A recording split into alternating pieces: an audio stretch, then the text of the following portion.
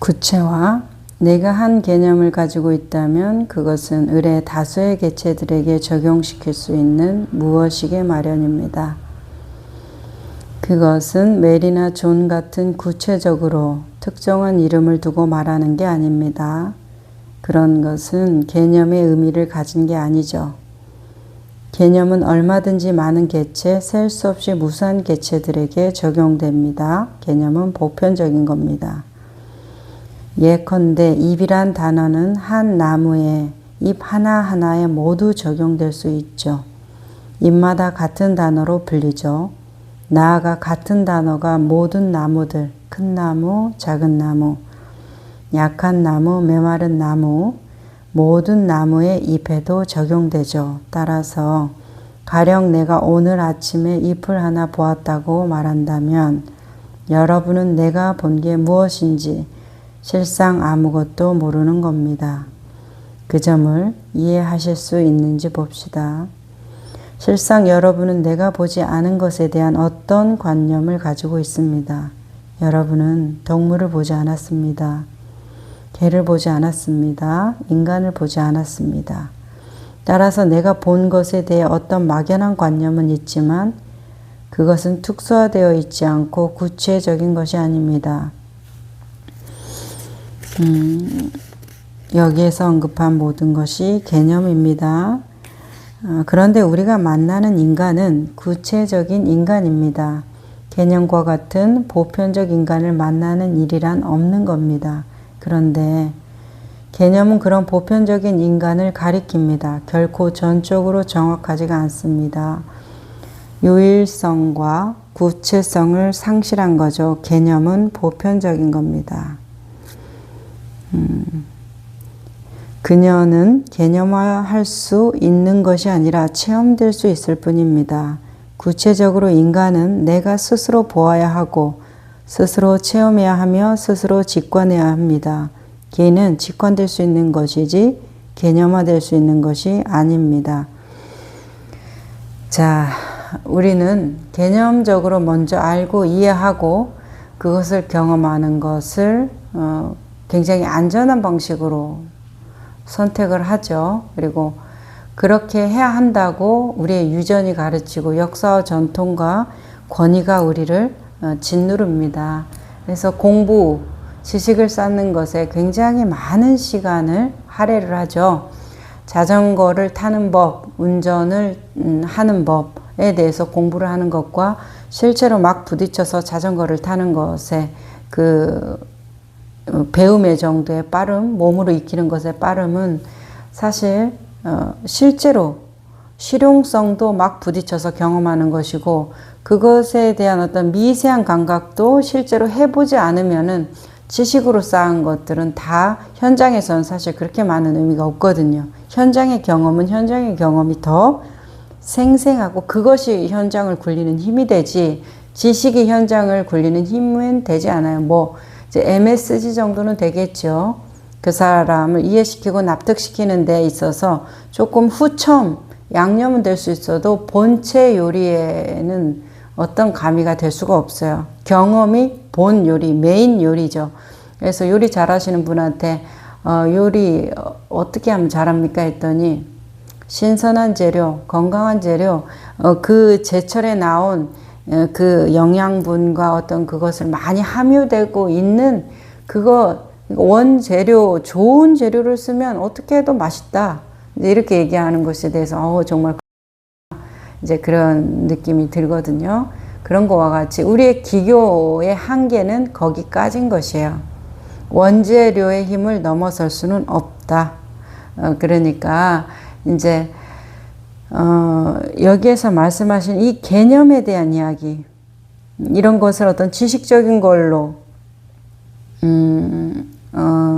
우리가 이해하려고 하는 것도 포함될 수 있어요. 이것을 지식적인 것을 실증하고 논증하고 이런 것들이 다 관념적으로 이루어지는 것인데 이것이 우리 인간은 이 경험하는 존재지 이 존재를 관념으로 체득하는 것이 아니기 때문에 이 부분에 대해서 우리가 그냥 딱 현실의 직면에서 그것을 한 발 한 발 연습해 가면서 발을 디뎌보는 거. 이럴 거야, 저럴 거야 라는 추측, 예상, 판단 말고 그냥 그것으로 느끼는 거. 여기서 말해요. 개념화될 수 있는 게 아니라 그녀는 개념화될 수 있는 것이 아니라 체험될 수 있을 뿐입니다. 이 말이거든요. 체험될 수 있을 뿐입니다. 이 말이에요. 어제 저희 회원님들이 조금 도움을 받았다고 하는 얘기가 있어서 공유해 드릴게요. 이제 어떤 사람에 대한 동일시, 이런 얘기 너무나 많이 듣죠. 그래서 뭐 동일시화 되어 있는 것이다. 그것을 나의 정체성으로 삼는 것이다. 나의 신념 체계가 된 것이다. 이제 이런 얘기들은 뭐예요? 보편적인 얘기를 하기 위해서 그것에 대해서 그냥 다 다른 색깔인데, 사과의 빨간색, 장미의 빨간색, 석류의 빨간색이 다 다른데 그냥 빨간색이라는 어떤 관념적인 통칭을 붙이는 것이죠. 실제로는 그렇지 않은데, 자, 이제 그런 것처럼 우리가 어떤 동일시화된 것도 그렇다라는 거예요. 그래서 뭐 다른 사람한테 화를 낸다. 그러면 그 화를 내는 것이 그것이 나의 모습으로 보이기 때문에 그 사람한테 화를 내는 거다. 뭐 이제 이런 설명들에 대해서 조금 관념적으로 이해되고, 뭐 그렇다고 하니까 그런 거겠지만 난 잘 이해는 안 되고, 뭐 이런 느낌이셨다고 그래요. 그런데 어제 얘기를 나눌 때 이런 말이 있었어요. 동일시가 어떻게 가능한가? 그 사람한테 내가 어떻게 화를 낼 수가 있는가? 그러니까 그 사람에 대해서 내 감정에, 그 사람의 말은 나한테 영향을 줄 수 없다고 우리가 얘기를 하잖아요. 이 신부님도 그렇게 말씀하시죠. 내가 허락하지 않는데 너는 바보야. 그런데 저희 아이가 엄마는 바보야. 지나가는 행인이 아우 아줌마는 바보예요. 이렇게 얘기를 한다고 해서 제가 막 길길이 날뛰면서 화내면서 내가 어디를 봐서 바보 같아 보여요? 하면서 따지고 그럴 마음이 전혀 안 들거든요. 자, 그럴 때 그 사람은 그렇게 비난하는 마음으로 했다 하더라도 내가 그걸 받지 않으면 그것은 그 사람 것이라는 것이에요. 그 화와 비난은. 그러면 그렇다고 하는데 우리는 늘상 관계에서 그 사람 때문에 울고 그 사람 때문에 웃잖아요. 그러면 내가 동일시됐다라는 걸 진짜 아는 거예요? 아니잖아요. 내가 그 어떤 신념 체계를 받아들였다는 걸 진짜 아는 거예요? 아니잖아요. 그래서 이것이 이론적으로 그렇다고 하니까, 그리고 정말 생각해보면 머리로는 납득이 되고 알겠는데, 근데 왜 그런지 정말로는 또 납득이 안 되는 느낌이다. 이제 이렇게 말씀을 하시거든요. 그것에 대해서 우리는 알 수 있어요. 어떤 것을. 내가 어떻게 그 사람이 그렇게 행동하는 것에 대해서 반응할 수가 있는가. 반응할 수 있는 이유가 무엇인가. 그거예요. 그 근본 원인이 뭔가에 대해서 이제 아무래도 안내하는 입장이기 때문에 관점을 점검해 주는 것밖에 없거든요. 저희가 할 수 있는 일이라고는 기다리고 관점 점검하고 이거밖에 없기 때문에, 그러면 저분이 이 근본적인 문제 인식을 어디에 가져가지고 있는가, 자기 부정성에 어디에 또아리를 틀고 있는가, 이제 이것에 대해서 계속 그 말씀을 들으면서 면밀하게 살피는 연습을 할 수밖에 없죠. 그러다 보니까 어느 날 제가 그것을 알게 된 거예요. 저분이 저 사람을 비난할 수 있는 근본 원인, 그런 일이 일어날 수 있는 것이 어떻게 가능한가 이 말이에요. 우리는 너무나 당연하게 말하잖아요. 저 사람 비난했으니까 내가 화나는 거잖아요. 너무 당연한 건데 이게 무슨 근본 원인이 필요해요. 이제 이렇게 생각을 하는데 아니에요. 우리의 어떤 반응과 자극이 있다라는 것이, 그런 일이 일어날 수 있다라는 것이 어떻게 가능한가에 대해서 우리는 물어봐야 돼요. 한 번 더. 우리가 그냥 너무나 익숙하게 어렸을 때부터 봐왔기 때문에 당연한 거 아니에요. 그런 얘기를 왜 해요? 이거에 대한 해결이나 해줘요. 이제 이런 마음이 있을 수가 있어요. 성급하지 마세요. 내가 잘 관찰하는 것, 주의 깊게 알아차리는 것이 한 95%예요. 5%만 해결이 필요한 일들이고 95%는 보면 사라지는 일들이에요. 5%도 인과관계에서 보면 거의 필요가 없어요. 내가 그렇게 행동해야 될. 그래서 에너지가 많이 안 들어요. 그렇게 사는데. 그러면 내가 어떻게 화를 낼 수 있었지? 어떻게 저 사람이 말에 대해서 기분 나쁠 수 있었지? 그러면 우리는 이렇게 얘기해줘. 그게 뭔 문제가 되느냐. 저 사람이 그렇게 날 비난하니까 내가 화가 나는 거 아니야. 내 아이가, 내 남편이, 내 어머니가, 아버지가 내 마음을 몰라주니까 내가 서글프고 분노가 차고 괴롭고 뭐 이런 거 아니냐. 이게 당연한 거 아니냐. 이런 반응이. 그런데 자, 내가 아픈 것이 당연하다고 하면 이제 나무뿌리에서 넘어지면 너 때문에 그래 하면서 걔 때문에 10년이고 20년이고 괴로워야 되고 걔 때문에 넘어져서 뭐 다쳤다 막 그러면 걔를 계속 원망하면서 내가 어떻게 해야 됐고 걔가 어떻게 해야 될까 이런 생각 하세요 혹시? 이제 저희 회원님은 그렇죠. 모서리에 내가 부딪혔을 때 그 모서리에게 뭐 인격을 부여해가지고 막 걔랑 얘기를 하면서 걔를 비난하고 탓하고 하거나 그런 게 아니라 아우 내가 부주의했네. 내가 조금 여기에 이걸 잘못 놨네 이런 식으로 넘어가지 그것을 가지고 막 이렇게 얘기를 하진 않는다. 그러면 같은 상처가 나고 같은 통증이 일어나죠. 어떤 사람한테 부딪혀서 내가 다리가 부러진 거하고 내 방 어떤 책상에 부딪혀 가지고 다리에 금이 간 거하고 봤을 때 누구한테 부딪혔을 때는 막 싸우고 어떤 선후 논쟁이 있는데 모서리에 부딪혔을 땐 그런 거 없다라는 거예요. 내가 아유 부주의했네 이거 괜히 왜 여기다 놨어 신경질은 부릴 수 있지만 너 때문이야 너 때문이야 이런 마음들이 안 드는 것이에요. 같은 다리에 금이 갔다라는 같은 현상적인 일이 일어나는데 왜 그런 마음작용이 다른가에 대해서 우리가 설명할 수 있어야 된다라는 것이에요. 그리고 우리가 그것에 대해서 어떻게 그런 일들이 가능한가에 대해서 말을 할 수 있어야 된다는 거예요. 당연하죠, 당연하죠로만은 나중에 당연하지로 가는데 당연하지 않은 상태에서 당연하지는 뭐예요? 내가 나로 살지 않는 상태에서 당연하지는 그건 다 남 얘기이기 때문에 나를 이해하는 자료가 못 돼요.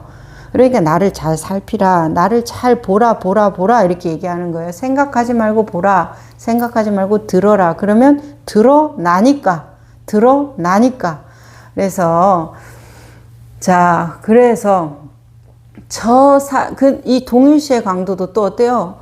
내 남편이, 내 아내가, 내 부모가, 내 아이가 했을 때 더 그것 때문에 상처받지. 뭐 지구 반대편에 있는 사람이 전화통화로 뭐 몇 마디 한 걸로 뭐 그렇게 같은 비난을 했다고 해도 상처받습니까? 그 사람 아무 사람인데, 이 사람은 내 사람인데, 이런 거 있잖아요. 그러면 그 동일시라는 것이 이제 그럴 때 우리가 이해할 수 있다라는 거. 이것을 어떻게 비난할 수 있는가? 나로 삼는 거구나, 라는 것이에요. 나로 삼을 때 비난할 수 있는, 그런 자료가 된다라는 거, 비난할 수 있는 그 가능성이 열린다라는 거. 그러니까 결국 내가 나한테 하는 소리인데 우리는 대상이 있다고 보는 것이에요. 그래서 이제 그런 것을 뭐 심리학적으로 뭐 동일시다, 신념체계다, 자기 정체성이다, 뭐 많은 얘기들이 있는데, 그래서 그게 어떻게 가능할 수 있는가? 저 사람과 나의 비난이 어떻게 다를 수 있는가? 그리고 사물과 사람에 대한 것이 어떻게 다를 수 있는가? 들림에 대해서 강아지도 똑같이 듣고 나도 똑같이 듣는데 강아지는 평온한데 왜 나는 마음이 출렁이는가? 이런 모든 것들이 어떻게 가능할 수 있는가에 대해서 우리가 조금만 차분해져서 나를 관찰한다면 모를 수가 없어요. 왜요? 내 일이니까. 나 안에서 일어나는 일인데 어떻게 모를 수가 있어요? 옆에 있는 사람보다 내가 나를 더 잘 알아야 되는 것이 맞지 않아요? 우리 그렇게 논리 좋아하는데. 논리적으로 맞는 건데 우리는 더 나를 잘 알아주는 사람을 찾아서, 더 나를 잘 해석해주고 분석해주는 사람을 찾아서 지구 끝이라도 찾아갈 심정이잖아요. 자기 자신한테 그만한 정성을 좀 들이면 어떨까? 자, 이런 생각이 들어서 좀 말해봤어요. 그래서 그녀는 개념화될 수 있는 것이 아니라 체험될 수 있을 뿐입니다. 우리 자신도 마찬가지예요. 절대적으로 맞아요. 나 자신은 더욱더 개념화될 수 없어요. 나 자신이 나한테는. 나는 완전히 경험되어야 되는 존재죠. 그리고 내가 어디 있는지를 왜 찾아요? 지금 여기 이 순간에 내가 있는데 내가 뭘 하고 살아야 됩니까를 왜 찾아요?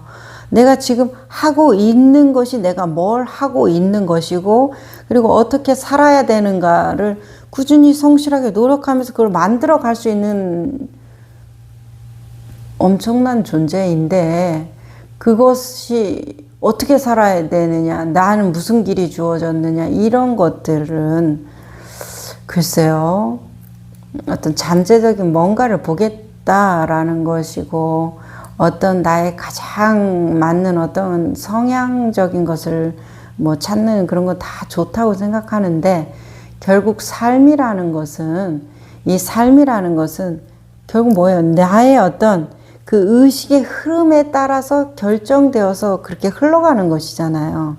내가 물꼬를 어떻게 트느냐에 따라서. 그래서 뭐 아무리 분석해내고 아무리 사주팔자 뭐 내 뭐가 많고 뭐 삼재가 들었고 뭐가 들었고 이런 걸 다 해도, 그걸 다 안다 그래도 그걸 살아가는 것은, 살아내는 것은 내 삶이기 때문에 나한테 깨어있지 않는 한은 그런 것들을 아무리 알아도 글쎄요, 무슨 소용이 그렇게 있을까요?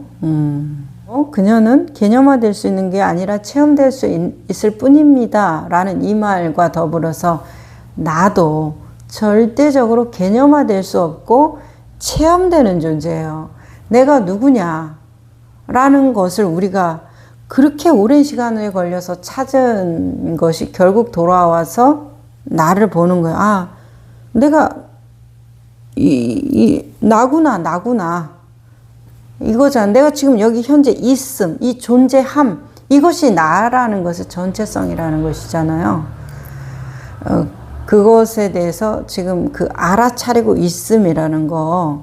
그래서 우리가 나는 누구인가에서 그 나가 뭔가 관념화 쌓여져 있어요. 그래서 지금 여기는 이 나를 있는 그대로 봐라. 팔이 없으면 팔이 없는 그대로 보고, 다리가 없으면 다리가 없는 그대로 보고, 눈이 없으면 눈이 없는 그대로 보고, 그것이 그냥 나예요. 이상화된 완전한 존재로 만들어가는 나라든지, 이상화된 어떤 내가 못 찾은 어떤 구석에 있는 나라든지, 그런 것은 그걸 그렇게 찾는데 오랜 시간이 걸릴 바엔 차라리 내가 성실히 꾸준히 지금 현재에 끼어서 만들어가 버리면 되는 거 아니에요. 필요하다면 만들면 되는 거지. 그걸 계속 어디를 이렇게 구걸하면서 찾아다녀야 되는 얘기예요. 제 생각에는. 그리고 조금 만족할 줄 알고 나와 더불어 살아가고 내 생각을 견뎌낼 수 있으면 그렇게 많은 갈증, 가래가 끌어올라오지는 않을 거라고 저는 느끼거든요. 그래서 경험해야 된다라는 거, 내 느낌을 경험해야 된다라는 것에 대해서 정말 1000번이고 10,000번이고 강조하고 싶다라는 마음입니다. 자, 크리슈나무르티가 그 어린이에게 그 새 이름을 가르쳐주는 그날 그 애는 새를 다시는 보지 못할 것이다 라고 말했는데, 이 점은 아주 잘 표현했습니다. 사물을 개념을 통하지 않고 본다면 결코 실증나는 일이 없습니다. 저마다 독특하죠. 참새마다 비슷하면서 똑같지 않죠. 유사성이란 크게 유익합니다. 그래서 우리가 추상화할 수 있고 개념화할 수 있죠. 체험하는 전부가 개념이라면 현실을 체험하는 게 아닙니다. 현실은 구체적이니까요. 개념은 현실로 인도하는데 도움이 되지만 현실에 도달할 때는 현실을 직관하거나 직접 체험해야 됩니다. 제가 여기 별표를 쳐놨네요. 유사성이라는 것은 매우 크게 뭐래요? 의미는 있지만, 도움은 되지만, 편리는 하지만 우리가 정말 살아가야 되는 거는 뭐라고 말씀하세요? 현실을 직관하고 체험해야 된다고 말하잖아요. 구체적인 것을. 똑같은 빨간색을 경험하지 말고 사과의 빨간색, 석류의 빨간색, 장미의 빨간색을 보라. 이거예요. 자, 장미를 한 번도 안 본 사람한테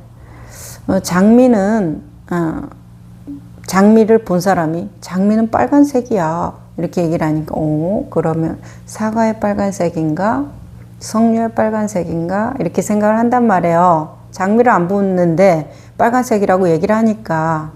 그러면 이 세 가지를 다 아는 사람은 그래, 사과의 빨간색하고도 비슷해, 석류의 빨간색하고 뭐 그렇게 다르지 않아 이렇게 얘기하면 이 사람은 아, 사과의 빨간색, 석류의 빨간색이구나 이렇게 딱 알아버리는 거예요. 그러면서 뭐라고 그래요? 다른 사람한테 어떤 사람이 장미에 대해서 얘기하거나 장미에 대해서 궁금하거나 장미를 만져본 사람한테 그 사람하고 같이 장미 얘기를 하고 있어요. 자기는 장미를 본 적도 없고 만진 적도 없고 향기를 맡아본 적도 없는 그 사람이 장미 향기를 맡아본 그 사람과 장미 얘기를 나누고, 장미 얘기를 모르는 사람한테 장미는 이렇게 생겼어 하고 설명을 해주고 있더라 이 말이에요.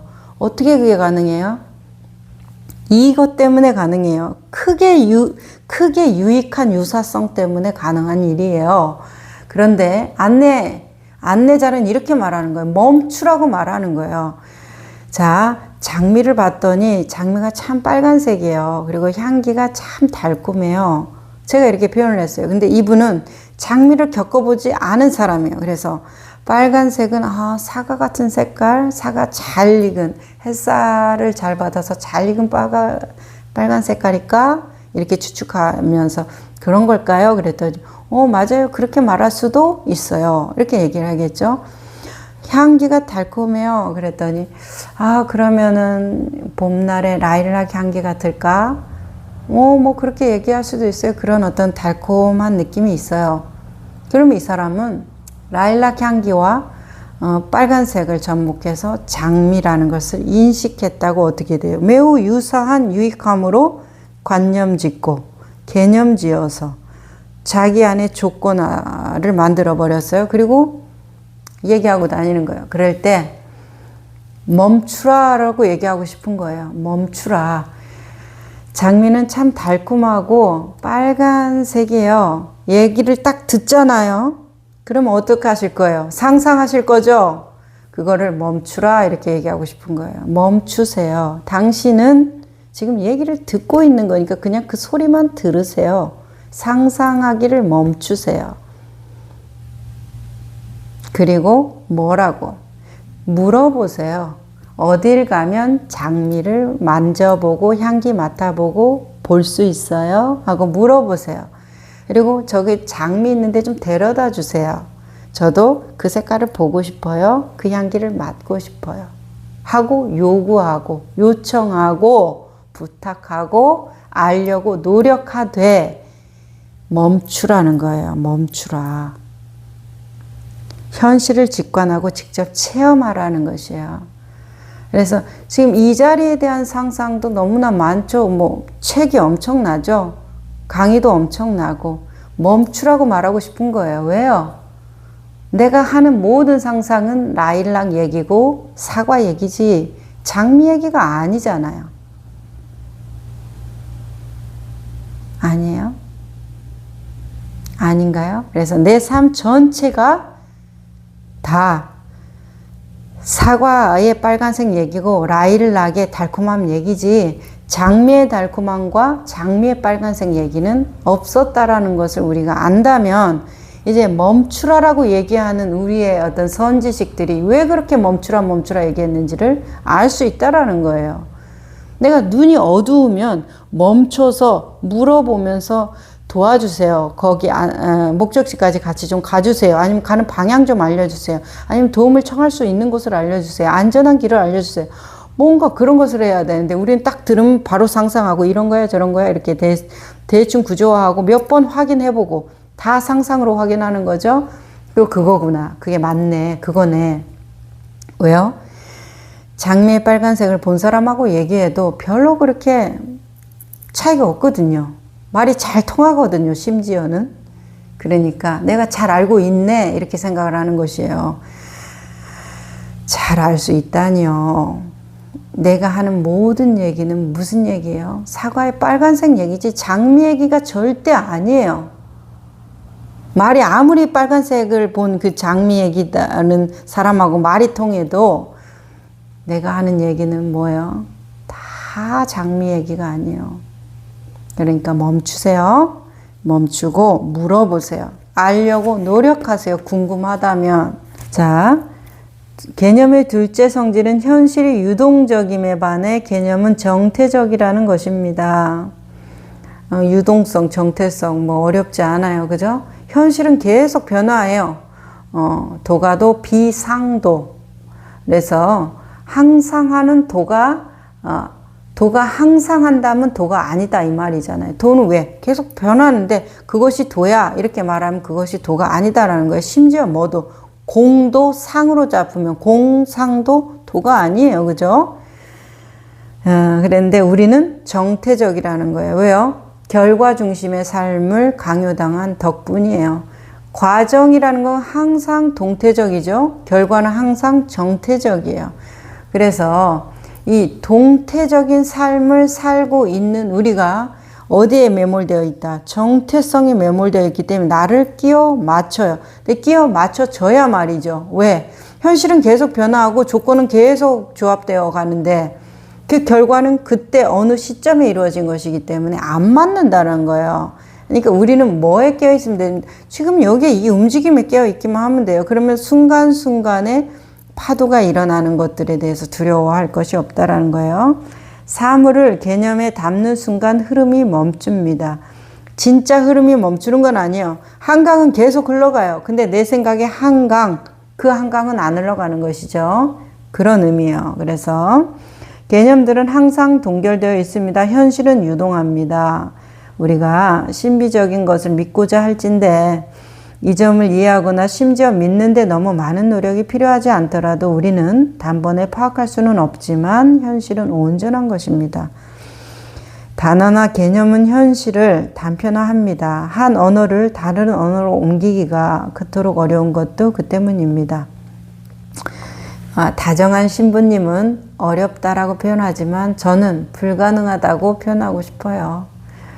내가 맛본 사과 맛 그 단순한 일조차도 진실되게 상대에게 전달하는 것이 저는 불가능하다고 이제 항복 선언을 했거든요. 그렇다면 심지어 여기 앉아서 떠들고 있는 이것도 내 스스로는 뭐예요?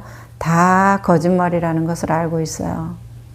그러니까 어떤 분이 뭐 이렇잖아요, 저렇잖아요, 이거 틀렸잖아요, 저거 틀렸잖아요. 그러면 저는 잘 듣습니다. 내 거짓말의 오류가 어떤 것이었나 이렇게. 그리고 그분은 어떤 말을 하고 싶나. 그래서 우리가 조율해야 될 부분은 어디에 있는가지. 내가 옳고 네가 틀리고 네가 옳고 내가 틀리고 이 개념에서 우리는 벗어나야 돼요. 어차피 나도 진실을 말하지 못하지만 다행은 너도 진실을 말할 수 없다라는 것이에요. 그러니까 자 넘어갈게요. 현실은 온전한 것인데 우리는 그걸 잘라내어 개념들을 만들고 여러 다른 부분들을 가리킬 뿐인 단어들을 사용하는 겁니다.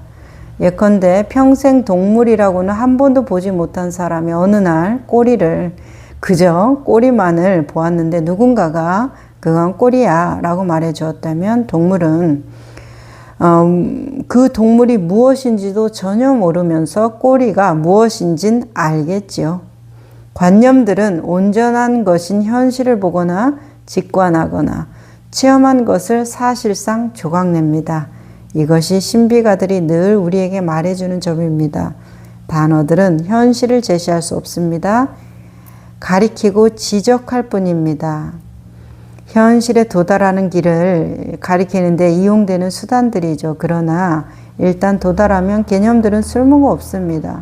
한 힌두교 사제가 한 철학자와 논쟁이 있습니다. 철학자는 신에 대한 마지막 장에는 신이라는 개념이라고 주장했고 사제는 대단히 충격을 받았는데 그러나 철학자는 말했습니다. 어느 집으로 가려고 타고 가는 당나귀가 그 집에 들어가는 수단은 아닙니다. 거기 당도하기 위해 그 개념을 이용하지만 그러고 나면 내려서 두고 들어가야지요.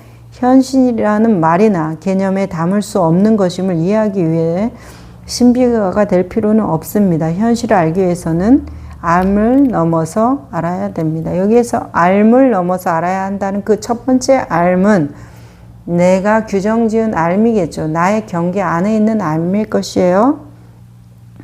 알을 넘어선 알문, 나의 알미라는 것을 그 경계가 넘어간 안다 모른다가 없는 알미예요. 그럼 무소부재성의 알미겠죠. 그럴 때의 알문, 후자의 알문 궁금하지가 않는 알미예요. 알려는 노력이 필요 없는 알미예요. 왜? 다 드러나니까.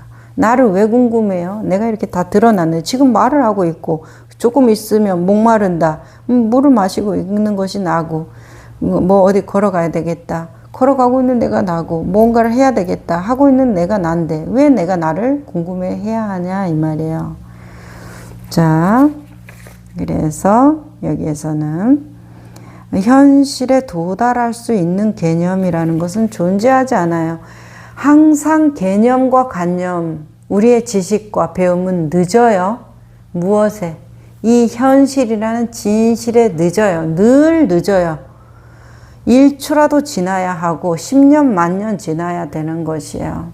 그래서 이 현실은 너무나 즉각적이고 분명하고 선명하고 단순하고 명료하고 어떤 군더더기도 없고 그래요. 그러니까 이것을 알게 되면 다른 것들에 대해서 그렇게 많은 비중을 안 하게 돼. 우리 생각 내려놓으려고 얼마나 많은 노력을 합니까? 생각이 저절로 안 돼요. 왜? 더 편한 것을 알아버렸으니까예요. 그것이 좋은 것 같아요. 제가 해보니까. 그러니까 뭐예요? 좋은 집에서 좋은 음식 먹고 좋은 뭐 했잖아요. 그러면 안 좋은 음식 먹고 막 지하 단칸방에서 바퀴벌레 굴러다니면서 이런 데 있으면 막 괴롭거든요. 거기서 나고 자란 사람은 그렇게 안 괴로울 거예요. 그냥 그렇게 사는 거지요. 하지만 막 좋은 집에서 아주 그냥 부귀영화를 다 누리던 사람이 바퀴벌레 굴러가지 군뱅이 굴러가지 그런 데서 살면 막 미칠 거예요. 아마 힘들 거예요. 우리 부처님께서도 왕제로 태어나서 그 뭐 사계절마다 옮겨 다니면서 그 호화로운 삶을 사셨잖아요. 그래서 많이 나중에 춘다의 공양을 드시고 이제 80세에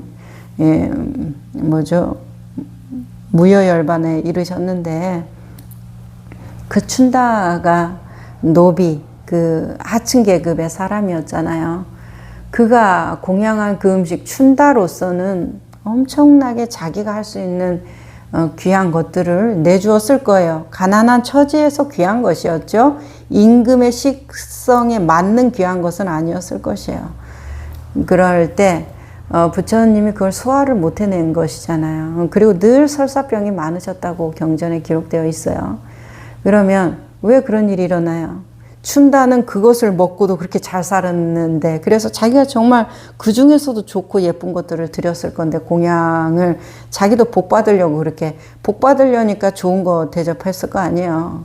그런데 부처님이 다른 이들에게는 공양하지 말라. 그렇지만은 부처님은 왜냐하면 차례걸식이라는 거 주는 대로 먹어라 이렇게 가르치셨기 때문에 음식을 이렇게 탁발하는 처지에 고기 빼주시고요. 생선 빼주시고요. 뭐 야채 더 주시고요. 뭐 이렇게 할 수 있습니까? 그냥 주는 대로 먹고 그걸로 연명하는 것이잖아요. 그게 이제 그들 수행자의 삶이잖아요. 그런데 다른 사람한테는 주지 말라고 왜 그렇게 하셨겠어요? 부처님의 승가에는 귀족들이 아주 많았습니다. 브라만과 크샤트리아, 바이샤 이런 어떤 잘 사는 사람들, 어떤 도를 추구하고 잘 살고 그런 사람들이 많이 들어왔어요. 왕족, 귀족, 그 브라만 계급들, 뭐 우리가 아는 그 두타제일, 그 마하가섭도 브라만, 7대가 브라만인 것을 아주 제일 귀하게 여기잖아요. 순혈통의 7대 브라만이 뭐예요? 마하가섭 존자잖아요. 엄청난 부를 이루고 엄청난 그 고귀함을 가지고 있는 존재 아니에요. 부처님보다 더 계급으로는 위잖아요. 부처님은 왕족인데 마하가섭은 신족이잖아요. 브라만. 그런 사람들이 들어오는 정도의 승단이에요. 왜? 부처님은 그 시대 비주류고 이단이고 그런데 그 열망을 꽃피우기가 어디가 더 많겠어요. 조금 더 노력하고 배우고 나에 대한 어떤 갈급함 그런 것을 생각하려면 먹고 살만해야 생각하지 먹고 살만하지도 못하는데 무슨 나의 자아 실현을 누가 생각합니까? 그래서 메슬로우의 그 욕구의 5단계 자아 실현이 맨 꼭대기에 있는 거 아니에요? 맨 밑에 생존이 걸려 있잖아요. 생존을 생각하는 사람들은 자아 실현에 뭐 그렇게 목숨을 안 걸잖아요. 자, 그러니까 춘다의 공양을 받으신 그 부처님의 그 상황들이 우리가 봤을 때는 뭔가 깨달았으면 뭐 막 그 음식도 다 정화해내고 나의 업식도 다 정화해내고 그런 어떤 현실적인 인과도 안 받고 이제 이런 것을 상상하는, 그게 상상이라는 것이에요. 현실을 직시하고 그 상황을 체험하는 것, 그것이 진정한 어떤 신성의 현현이라는 것인데, 우리는 이 관념으로 이 현실을 통제하죠. 통제하고 한 부분을 보고 전체로 확대해서 생각을 하죠. 그렇게 되면 현실에 도달하는 방법은 없어요. 관념은 언제나 늦어요. 그리고 생각은 언제나 늦어요. 내가 아무리 하늘만큼 많은 지식을 쌓았다 그래도 이 순간에 대응할 수 있는 이 힘은 내가 경험적으로 쌓은 나의 체득력에 생겨 있지, 내가 바닥으로 내려가는 내 그 감정적인 변화들은 내가 지식을 많이 쌓고 우아한 얘기 많이 한다고 그래서 지금 누가 발을 콱 밟아서 기분이 팍 나빠졌는데 우아한 말 나가요? 아니잖아요. 바로 욕이 탁 튀어나가든지 얼굴이 탁 찌푸려지다니 기분, 아니 폭력적인 성격이 나가든지 뭐 이러잖아요. 그것이 나의 진실이고 현실이라는 거고 그대로 온전하다는 거예요. 온전하다는 것이 내 이상적인 모습의 온전함이 아니라 현실의 인과가 온전하다는 것이에요. 자, 여기까지 하고 넘어갈게요. 그래서 알을 넘어선 그 알미라는 것은 무소부재성의 알미고 알 것이 없는 알미고 그 상황이 되면 나투어지는 알미예요. 미리 알아는 것이 우린 대단한 것으로 생각하죠. 미리 알고 통제하고 조작하는 것. 그것이 대단한 알무라고 우리는 생각해요. 하지만 정말 대단한 알문, 아무것도 아닌 데서 바로바로 창조되는 이것이 엄청난 것이죠. 사실은. 그러지 않아요? 바로바로 창조되는 것. 저것을 보고 바로 저 생각을 하고, 이것을 보고 바로 저 생각을 하고, 저것을 보면서 바로 이런 느낌을 갖고, 그런데 그게 100사람 다 틀려. 이게 얼마나 이상하고 신비한 일입니까? 자, 근데 우리는 100사람 다 같은 생각을 해야 돼. 이런 거, 예상을 하면 다 같은 것을 해야 되겠죠. 예상을 한다면. 근데 예상이 안 맞따라지는 거죠. 진리가 우리의 절대적인 위에 있고 우리 자체가 진리입니다. 또 그렇죠? 자, 유일무이한 온전한 유동하는 조각 나지 않은 무언가를 보는 것입니다. 그래서 나는 경외심을 느끼게 됩니다. 여러분이 나에게 무엇을 보았소 하고 묻는다면 내가 무엇라고 대답할 것 같습니까? 나는 할 말이 없는 겁니다. 현실에 해당하는 말이란 없는 겁니다. 내가 한 단어로 옮겨 놓자마자 우리는 다시 개념들 속으로 되돌아가기 때문입니다. 라고 말해요. 그래서 무얼 보았소? 라고 말하면 할 말이 없다고 신부님이 얘기하지만 질문을 바꿔서 당신은 지금 보고 있으시죠? 라고 묻는다면 네 하고 대답하는 것이요. 지금 당신 이 순간에 있죠? 네. 이 순간에 있다는 건 뭡니까? 말할 수 없는 것이에요. 그냥 당신도 이 순간에 있어 보라. 이 정도겠죠. 자, 그렇게 돼요. 그래서 사과를 먹으면 사과 맛을 보았습니까? 네. 사과 맛은 어떤 것입니까? 표현할 방법이 없는 거예요. 그런 거와 같은 말씀을 지금 하고 계시네요. 그런데 내 감각에 보이는 이 현실을 내가 표현할 수 없다면 눈에 보이지 않고 귀에 들리지 않는 것을 어떻게 표현할까요? 하느님이라는 현실에 대한 말을 어떻게 찾을까요? 토마스 아퀴나스와 아우구스티누스와 그 밖에 모든 이들이 말하고자 한 것, 그리고 교회가 하느님은 신비라 인간의 지성으로 파악할 수 없다고 말할 때 계속 가르치려고 하는 것이 이해되기 시작하십니까? 알 수 없다라는 것이 우리가 안다 모른다, 지식, 무식함, 이런 안다 모른다의 개념이 아니에요. 다 드러나 있기 때문에 알 필요가 없는데 이 다 드러나 있기 때문에 알 필요가 없는 이것이 어때요? 늘상 변화무쌍하다는 것이에요. 그래서 그냥 살면 되는 것이죠. 살면 되는 것이에요. 우리가 자동차를 운전하는데 그 뭐 몇만 가지 부품이 있다고 하더라고요. 그 부품을 다 알아야 운전을 합니까? 그냥 운전하면 되는 거 아니에요. 방향 잘 살피면서. 과학자같이 그걸 다 알아야만이 우리가 그걸 쓸 수 있는 겁니까? 그렇지 않잖아요. 그죠? 그러니까 이런 것들에 대해서 우리는 자동차를 다 분해해서 알아야만이 운전할 수 있다라는 생각, 그것을 가지고 있기 때문에 자동차 운전은 한 번도 해보지 못하고 자동차 분석하느라고 평생이 다 간다.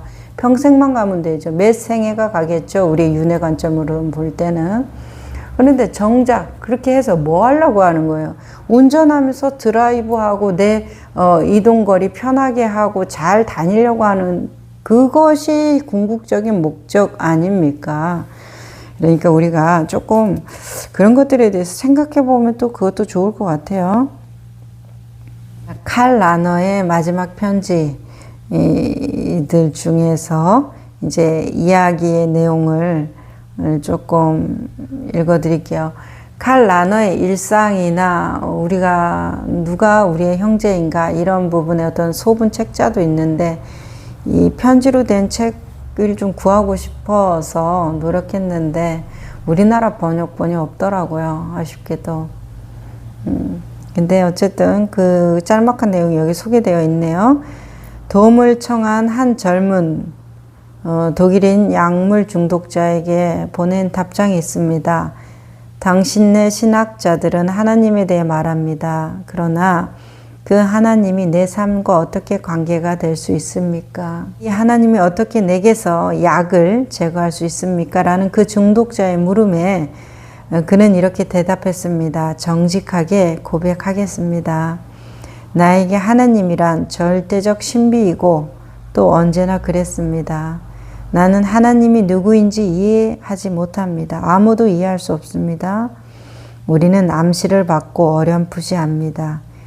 우리는 더듬거리면서 신비를 말로 옮겨 놓으려는 부적합한 시도를 합니다.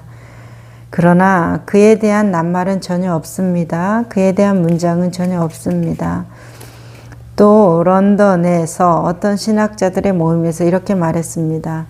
신학자들의 과제는 모든 것을 하나님을 통해서 설명하는 것이고 하나님을 설명할 수 없는 분으로 설명하는 것입니다. 설명할 수 없는 신비 우리는 모릅니다. 말할 수 없습니다.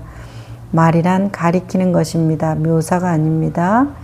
비극적이게도 사람들은 하나님과 관련된 거기서 말을 이것이라고 생각하기 때문에 우상 숭배에 빠집니다. 어떻게 그렇게 미칠 수가 있겠습니까?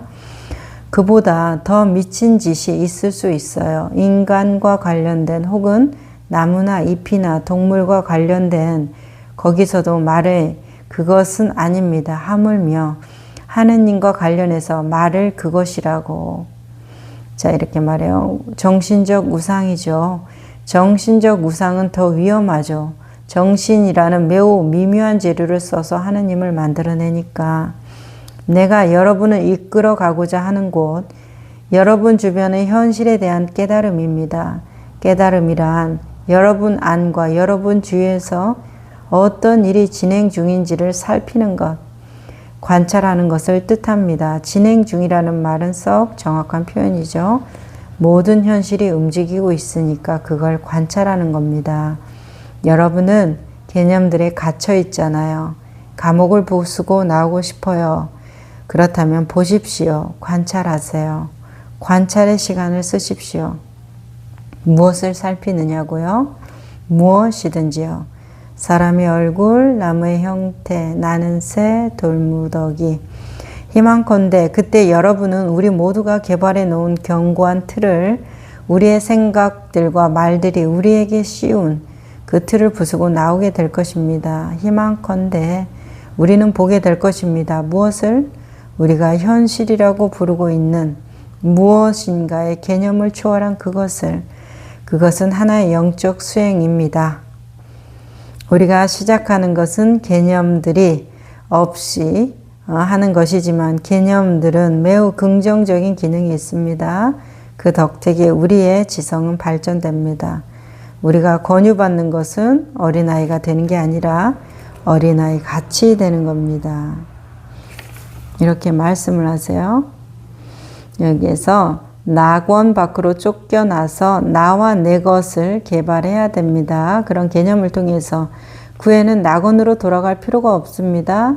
다시 속량될 필요가 없습니다. 이 속량이라는 말이 속죄하는 것이잖아요.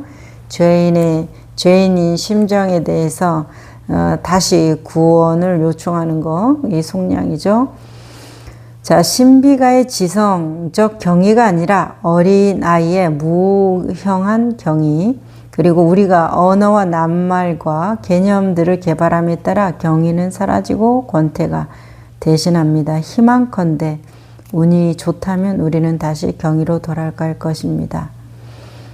좋은 말이에요. 신비가의 지성적 경의가 아니라 어린아이의 무형한 경의, 형태가 없는 경의, 이것을 희망한다고 하시잖아요. 그래서 있어 보이는 거 참 좋죠. 매력적인 건 사실이에요. 언어적인 현란함에 매료되죠. 하지만은 우리를 살게 하는 것은 그 현란함이 아니라 결국 뭐예요? 아주 단순하고 아주 명료하고 근본적으로 우리를 다 드러나게 해주는 이 어떤 신성의 그 나툼, 현현, 어떻게 생각으로 보면 아주 단순하고 지루한 이 반복. 하지만은 이 순간순간 깨어서 보면 엄청난 찰나찰나의 경이, 이제 이런 정도일 것이에요.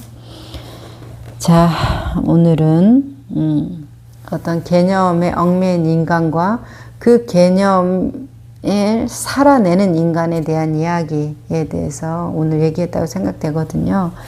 다음 시간에는 이제 내가 생각하는 그런 것들이 아니라는 거, 토마스 아퀴나스의 신학대전 이야기가 좀 나오는데 그 얘기 나누면서 또 자신을 어떻게 하면 돌이킬 수 있는지를 어떤 현장의 체험 같이 나누면서 해볼게요. 여기까지 할까요?